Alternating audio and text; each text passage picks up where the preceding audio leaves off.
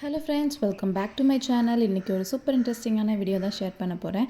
Already morning routine வந்து share பண்ணியிருந்தேன் 9th month of ப்ரெக்னென்சியில். அதே மாதிரி ஈவினிங் டு நைட் ரொட்டீன் வந்து என்னென்னலாம் பண்ணுறேன், எப்படி ஃபுட் ஹேபிட்ஸ்லாம் வந்து ஃபாலோ பண்ணுறேன் அண்ட் எக்ஸசைஸ்லாம் என்ன பண்ணுறேன். தேர்ட் ட்ரைமஸ்டர் ஆஃப் ப்ரெக்னென்சியில் நல்லா தூங்கணும் அப்படின்னா இந்த ஒரு ரொட்டீன் ஃபாலோ பண்ணோன்னா கண்டிப்பாக நல்லா தூக்கம் வரும். அதான ஒரு முக்கியமான ஒரு ரொட்டீனை அதையும் ஷேர் பண்ணுறேன். யூஸ்ஃபுல்லாக இருக்கும், செக் பண்ணி பாருங்கள்.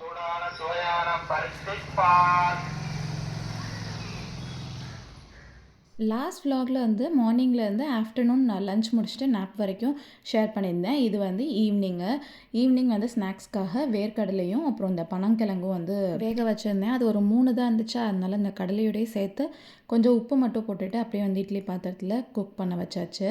லஞ்ச் முடிச்சுட்டு ஒரு குட்டி தூக்கம் போட்டுட்டு எந்திரிச்சோம் அப்படின்னா பயங்கரமாக பசிக்கும். என்னடா இப்போ 1 மணி நேரத்துக்கு முன்னாடி 2 மணி நேரத்துக்கு முன்னாடி தானே சாப்பிட்டோம், ஏன் இப்படி பசிக்குது அப்படிங்கிற மாதிரி இருக்கும்.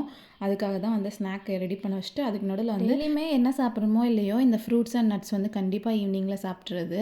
இந்த காஃபி டீ இந்த ஸ்நாக்கெல்லாம் சாப்பிட்றதுக்கு முன்னாடி நம்ம சாப்பிட்டோன்னா நல்லா சாப்பிட முடியும். ஸ்வீட்டாக இருக்குது ரொம்ப டேட்ஸ் அப்படின்னா இந்த மாதிரி நட்ஸ்குள்ளே வச்சு சாப்பிட்டோம் அப்படின்னா பெருசாக வந்து ஸ்வீட்னஸ் தெரியாது. அப்புறம் இந்த மாதிரி வேர்க்கடலை உப்பு கடலை அதையும் வந்து சாப்பிட்டுக்கலாம். மிக்சர் முறுக்கு அந்த மாதிரிலாம் சாப்பிட்றதுக்கு எல்லாத்தையும் ஒரே நேரத்தில் சாப்பிட்ணுன்னு அவசியம் இல்லை. நமக்கு பசிக்கிற டைமில் எல்லாம் வந்து கொஞ்சம் கொஞ்சமாக எல்லாத்தையும் சாப்பிட்டுக்கலாம். இந்த வறுத்த கடலை உப்பு கடலை வேர்க்கடலை அதிலெல்லாம் வந்து ப்ரோட்டீன் வந்து நிறையா இருக்குது, அதனால அது நல்லா சாப்பிட்டுக்கலாம். அண்ட் அது கூடவே வந்து இந்த பனங்கிழங்குல நிறைய ஃபைபர் இருக்குது. அதனால் கான்ஸ்டிபேஷன் பிரச்சனைலாம் இருந்துச்சுன்னா கண்டிப்பாக க்யூர் ஆகும். இந்த மாதிரி பனங்கிழங்கெல்லாம் சாப்பிட்லாம்.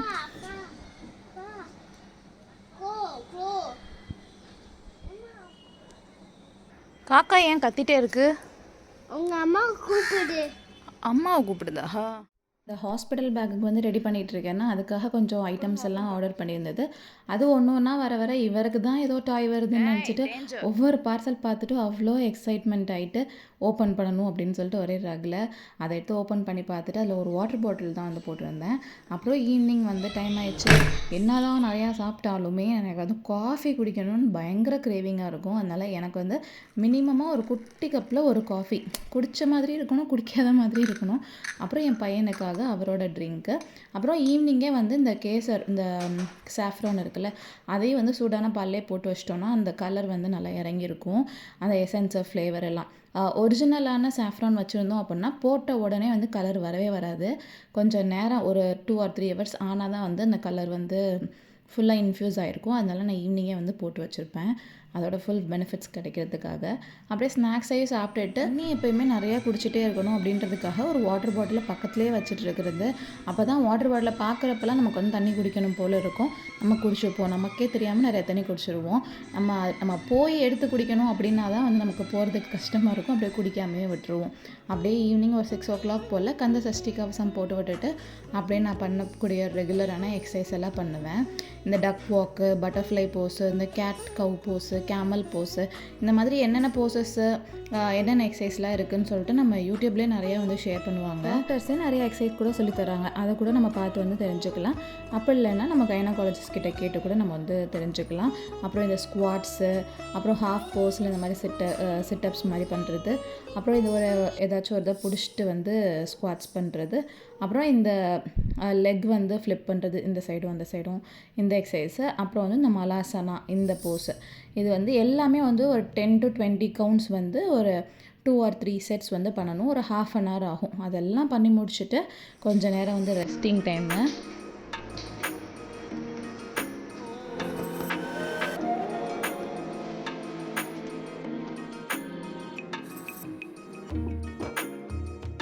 இவர் கூட கொஞ்சம் நேரம் அவர் சொல்கிறதெல்லாம் கேட்டுட்டு விளையாண்டுட்டு அப்புறம் நைட் டின்னர் ப்ரிப்பரேஷனுக்காக வந்துடுவோம். மோஸ்ட்லி வந்து நைட்டு தோசை ஆர் இட்லியாக தான் இருக்கும். பெருசாக ஹெவியாக வந்து சாப்பிட்டோம் அப்படின்னா இந்த மாதிரி நெஞ்சரிச்சல் வர மாதிரி ஹார்ட் பர்ன் இருக்கிற மாதிரி இருக்கும். அதனால சிம்பிளான ஃபுட்டாகவே வச்சுக்கிறது. இட்லி தோசைக்குமே வந்து தேங்காய் சட்னி அந்த மாதிரி எடுத்துக்காமல் இந்த மாதிரி தக்காளி சட்னி, பூண்டு சட்னி, இல்லை பாசிப்பருப்பு சாம்பார் அந்த மாதிரி லைட்டான ஃபுட்டை தான் எடுத்துக்கிறது. இன்றைக்கி வந்து எனக்கும் என் பையனுக்கும் கேரட் அண்ட் பம்கின் போட்டு தோசை வித் தக்காளி வெங்காய சட்னி தான் வந்து பண்ணியிருந்தோம். அதெல்லாம் சாப்பிட்டு முடிச்சுட்டு சாஃப்ரான் ஈவினிங் போட்டு வச்சுருந்தோம் பார்த்தீங்களா, அப்போ போட்டே வந்து இந்த மாதிரி ஒரு லைட்டு மைல்டு எல்லோ கலர் தான் வந்திருக்கும். அது கூடவே இந்த வெதர் வந்து மோசமாக இருக்கனால மிளகு, திப்பிலி, மஞ்சள்லாம் போட்டு என் அம்மா வந்து ஒரு கோல்டுக்காக ஒரு மஞ்சள் பொடி வந்து அரைச்சி கொடுத்துருப்பாங்க, அதையும் போட்டு நல்லா பாயில் பண்ணிவிட்டு தேன் மட்டும் கலந்து அதை குடிக்கிறதுக்காக எடுத்து வச்சிட்டேன். சாஃப்ரான் போட்டு குடித்தா குழந்த கலராக பிறக்கும், கருப்பாக பிறக்கும், அதுக்காகலாம் நான் குடிக்கிறது இல்லை. நல்லா வந்து ஒரு இம்யூனிட்டி பவர் வந்து இன்க்ரீஸ் பண்ணும், அது கூடவே வந்து பாடி கூலண்ட்டாகவும் ஆக்ட் ஆகும், அதுக்காக தான் நான் குடிக்கிறது. அண்டு கம்மிங் பேக் டு ஒரு நைட் ரொட்டின், இதுதான் வந்து முக்கியமான நைட் ரொட்டின்னு. ஹாட் வாட்டரில் கொஞ்சம் உப்பு அண்ட் மஞ்சள் தூள் போட்டு வச்சுருக்கேன். அது கூடவே விளக்கெண்ணெய், செக்கில் வாங்கினா சுத்தமான விளக்கெண்ணெய் வாங்கிட்டு அப்டமன்னு பெல்லி பட்டன் எல்லாத்துலேயும் வந்து ஃபுல்லாக நல்லா அப்ளை பண்ணிக்கலாம். அது வந்து நல்லா அப்படியே சோக் ஆகட்டும் ஒரு 15 to 20 மினிட்ஸு. அதுக்கு நடுவில் எனக்கு இந்த காஃப்ஸ் வேறு வந்து வலிக்க ஆரம்பிச்சிச்சு, அதுக்காக அதில் அயோடெக்ஸையும் தேய்ச்சி விட்டுட்டு சுடு தண்ணியில் ஒரு 15 மினிட்ஸ் வந்து கால் நல்லா சோக் பண்ணி வச்சுட்டு அதுக்கு நடுவில் அந்த இம்யூனிட்டி ட்ரிங்க் அந்த சாஃப்ரான் மில்க்கையும் வந்து குடிச்சிட்டு அப்படியே சீரியலும் பார்த்துட்டு அப்படியே ரிலாக்ஸ் பண்ணிட்டு உட்காந்துருப்பேன்.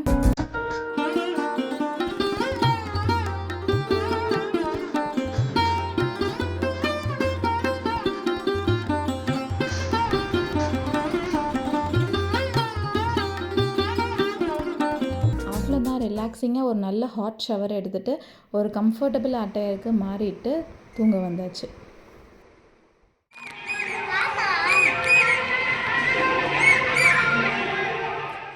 தேர்ட் ட்ரைமஸ்டரில் சுத்தமாக தூக்கமே வராது, கால் கை இடுப்பு எல்லாம் பயங்கரமாக உலையும்.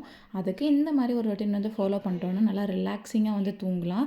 அந்த மில்க் சாஃப்ரான் மில்க் குடிக்கிறதா இருந்தாலும், அப்புறம் இந்த ஹாட் வாட்டர் ஷவரு, ஹாட் வாட்டரில் சோக் பண்ணி வைக்கிறதா இருந்தாலும் ரொம்பவே ரிலீஃபாக இருக்கும். கண்டிப்பாக ட்ரை பண்ணி பாருங்கள். அண்ட் நெக்ஸ்ட் டே மார்னிங் எழுந்திரிச்சிட்டு மார்னிங் எனர்ஜி பூஸ்ட் பண்ணுற மாதிரி ஒரு இளநீ குடித்தேன். சில பேருக்கு கோல்டு பிடிக்கும் அப்படின்னா நம்ம வந்து ஒரு 11 மணி 12 மணி போல் கூட குடிச்சிக்கலாம். அன்றைக்கி நான் நைட்டே வாங்கி வச்சுருந்தனால காலையிலே குடிச்சாச்சு. அது கூட கொஞ்சம் ஃப்ரூட்ஸும் வந்து சாப்பிட்ருந்தேன். இப்போ வந்து மார்னிங் எந்திரிச்சோன்னே வெறும் வயிற்றில் வெந்தய கஞ்சி வந்து குடிக்கிறது உண்டு. நேற்று ஆல்ரெடி போட்டிருந்த அந்த விலாக்லேயே வந்து சொல்லியிருப்பேன். 1 டம்ளர் வெந்தயத்துக்கு 1 டம்ளர் சாப்பாட்டு அரிசி வந்து சன்ட்ரை பண்ணி எடுத்து வச்சுருந்தேன். அதை வந்து இந்த மாதிரி மிக்சரில் போட்டு பவுடர் பண்ணி எடுத்து வச்சுக்கலாம். ரொம்ப நைஸாக பவுடராக இருக்கணும்னு அவசியம் இல்லை, கொஞ்சம் கோர்ஸாக இருந்தால் கூட ஓகே தான். இதுவும் வந்து ப்ரெக்னன்சியில் ஒரு இம்பார்ட்டண்டான டயட்டான ஃபுட்டு தான் நான் ஃபாலோ பண்ணிகிட்டு இருக்கிறது.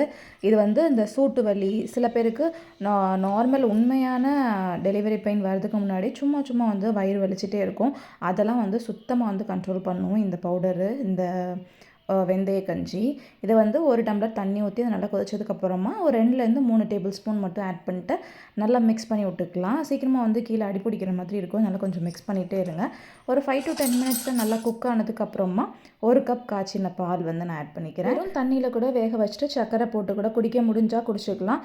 ஆனால் கொஞ்சம் கசக்கிற மாதிரி இருக்கும், அதுக்காக கொஞ்சம் பாலும் சேர்த்துட்டு ஸ்வீட்னஸுக்காக கருப்பட்டி, மண்டவெல்லம், இந்த மாதிரி சர்க்கரை எது வேணால் ஆட் பண்ணிக்கலாம். ஒயிட் சுகர் மட்டும் கொஞ்சம் அவாய்ட் பண்ணிக்கலாம். நான் வந்து ஆர்கானிக் வெல்லம் வந்து ஆட் பண்ணிவிட்டு நல்லா மிக்ஸ் பண்ணிக்கலாம். இதை அடுப்பில் இருக்கும் போதே வந்து போடாமல் இறக்கி வச்சதுக்கப்புறம் போட்டு நல்லா மிக்ஸ் பண்ணோன்னா நல்லா கரைஞ்சிரும். இது வந்து தூசி எதுவுமே இல்லாதனால நான் அப்படியே போட்டுக்கிறேன், இல்லைனா பாகு மாதிரி கூட காய்ச்சி கூட போட்டுக்கலாம். அவ்வளோதான். இப்படி குடிக்கும் போது பெருசாக கசப்பு தெரியாது, டேஸ்ட்டுமே நல்லா தான் இருக்கும். இது 1 கப் வந்து நான் மார்னிங் எந்திரிச்சோன்னே குடிச்சிருவேன்னா, அண்ட் என் பையன் ஸ்கூலுக்கு கிளப்பி அவர் அனுப்பி விட்டுட்டு அதுக்கப்புறம் நான் பிரேக்ஃபாஸ்ட் சாப்பிட்றப்போ கரெக்டாக வந்து ஃபில்லிங்காக இருக்கும்.